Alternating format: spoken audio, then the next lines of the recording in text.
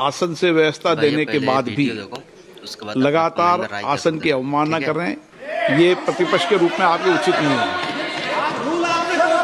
मैंने रूल दे दिया है, व्यवस्था दे दी है।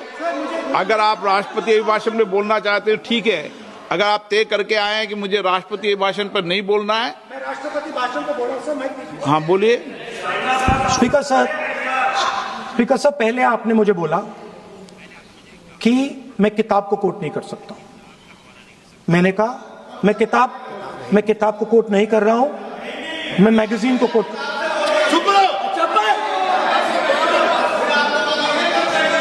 मैंने कहा कि मैं किताब को नहीं कोट कर रहा हूं, मैं अब मैगजीन को कोट कर रहा हूं।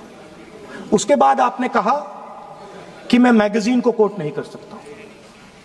उसके बाद मैंने कहा ठीक है, मैं चाइना और हिंदुस्तान के बीच में जो रिश्ता है, जो लड़ाई है, उसके बारे में कुछ बोलना चाहता हूं। आपने मुझे बोला कि आप नहीं बोल सकते हैं, नियम है। आप मुझे बताइए, हिंदुस्तान और चाइना की रिलेशनशिप पर ना बोलना कौन सा नियम है? माननीय सदस्यगण, आप उस किताब का हवाला बता रहे थे जिस किताब के बारे में रक्षा मंत्री जी ने कहा किताब नहीं छपी, ठीक है ना।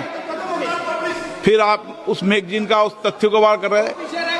आप विषय पर राष्ट्रपति अभिभाषण में जो विषय तथ्य हैं, नहीं, जो विषय तथ्य हैं उसमें कहीं भी भारत और चाइना का कोई विषय बिंदु नहीं है क्या?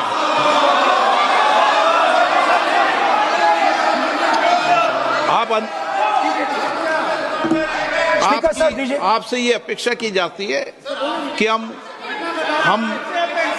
भारत के, हम सब भारत के हैं, तो उसकी प्रतिष्ठा बनाए रखना आप सबका दायित्व है।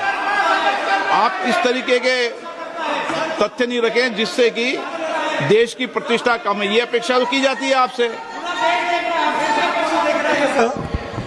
तो आपका कहना है कि जो प्रेसिडेंशियल एड्रेस है उसमें इंटरनेशनल रिलेशन से कुछ लेना देना नहीं। मतलब हम कोई ना पाकिस्तान पे बोल सकते हैं, ना चाइना पे बोल सकते हैं, ना किसी और देश पे बोल सकते हैं। ये क्या बात है सर?